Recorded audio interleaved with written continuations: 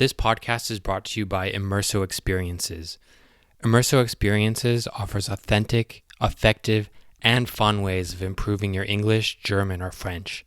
So go ahead and check us out at immersiveexperiences.com. That's IMMERSO experiences.com.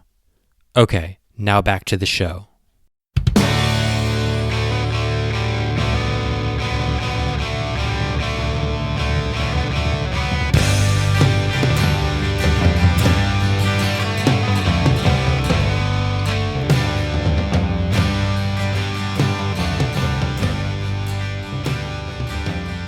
Welcome back to the Immersive English Podcast, episode number 3. My name is David, I'm your host, and today I'm going to give you some recommendations for things that you can watch on Netflix, because watching Netflix can be a really great and immersive way of improving your listening comprehension skills in English. And I figure that most of you probably already watch Netflix, so why not watch it in English?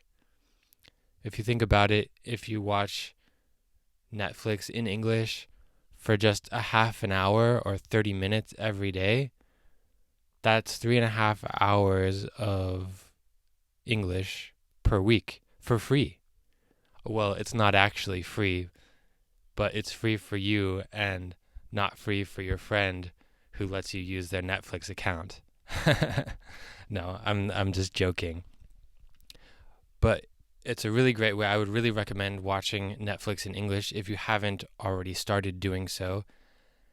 My first recommendation, it's a relatively new series to Netflix. It's actually a mini series because there are only 4 episodes, but it's called Unorthodox.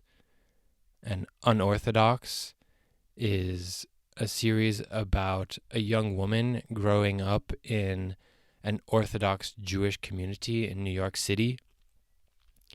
And it's a very strict and isolated community.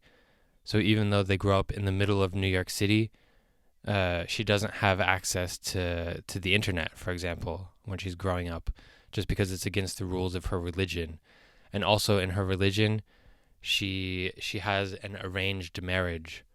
So her community picks a man that she's going to marry. She's not in love with the man. She doesn't even really know the guy, but they just decide that they're going to get married. And as you can imagine, her marriage with this stranger does not go very well, and she decides to run away. She wants to escape, and she flees, and she goes to Berlin, and she tries to make a new life for herself there. She has plans of becoming a musician, and so part of the story is her in this community in New York, this religious community, and the other part is her trying to make a new life for herself in Germany. One thing about this series is that it's not 100% in English. There's a little tiny bit of German, but mostly there's a lot of Yiddish. So when she's in this Jewish community, they speak Yiddish. So I would just recommend for your language settings on Netflix, make sure that it's in the original language with subtitles in English for those parts where they speak Yiddish. Okay, my second recommendation, it's a series that you probably have already heard of, if maybe you've already seen it already.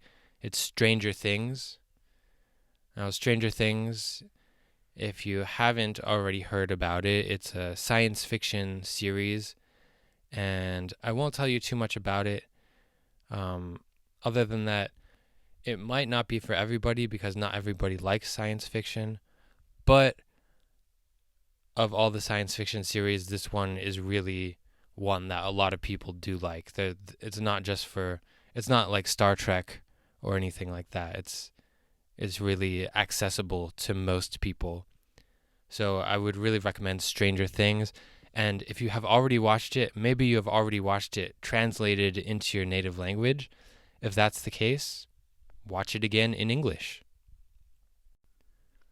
My third recommendation is a little bit less well known. It's a series called Master of None.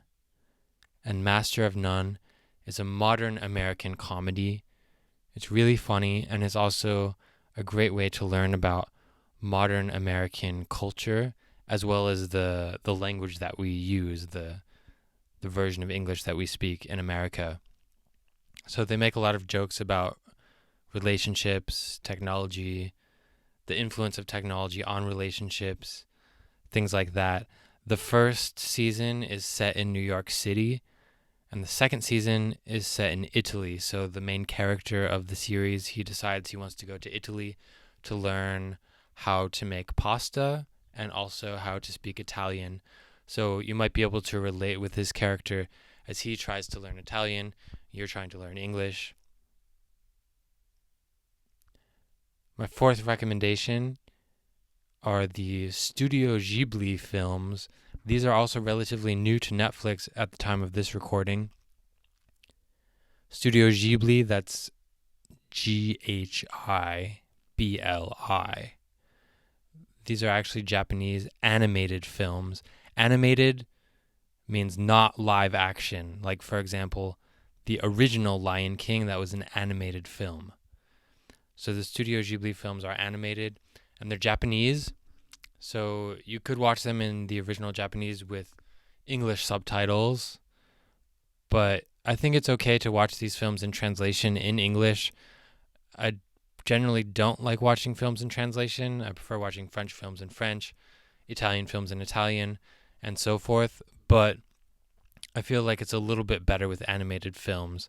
So feel free to watch these in English. They are animated, but they're not necessarily for children. Some of the imagery can be a bit frightening. But some of the films are more appropriate for children than others. Just make sure that if you do have kids, you maybe watch the film by yourself first before introducing it to your kids. The genre here, it's fantasy or sci-fi, maybe sometimes a combination between fantasy and science fiction. So again, this is not going to be for everybody, but they are really beautiful films, visually beautiful, great storytelling, and lots of cool symbolism in the stories. My fifth and final recommendation is a Canadian series called Trailer Park Boys. Now, this is a comedy, but it's shot in the documentary style. So sometimes it's called a mockumentary because it's like a fake documentary. And Trailer Park Boys is about some people that live in a trailer park or a caravan park in British English. So these are relatively poor people.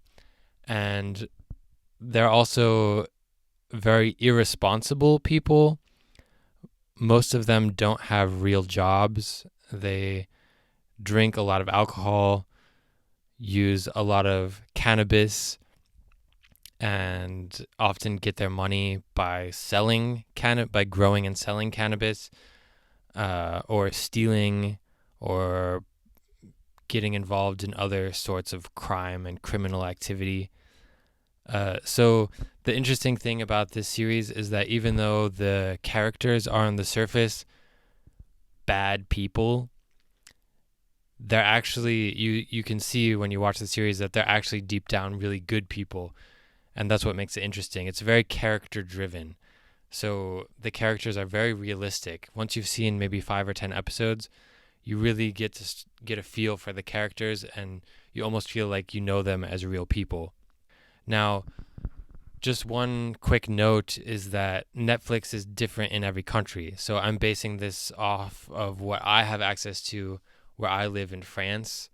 Maybe you don't have access to all of this content in your country. If that's the case, I apologize. But I'm sure if you look for some series or film in English, you'll find something that you're interested in. That's all for now. Thanks for listening. Talk to you next time.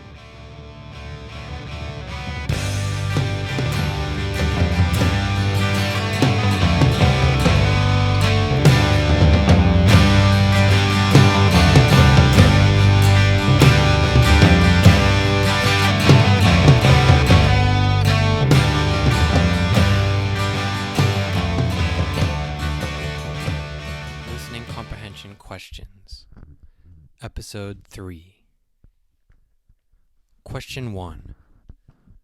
What is an arranged marriage? What is an arranged marriage? Question 2. What genre is Stranger Things? So what genre is the series Stranger Things? Question 3. In Master of None, the main character goes to Italy to learn how to make what? So the Master of None character, he goes to Italy because he wants to learn how to make what? Question 4. The Studio Ghibli films are not live action. They are... The Studio Ghibli films are not live action. They're... Question 5, last question. In the series Trailer Park Boys, the characters don't have real jobs. How do they get their money? So I explained that in Trailer Park Boys, the characters, they don't have real jobs. And what do they do to get their money? The answers to these questions are posted on our website, immersiveexperiences.com.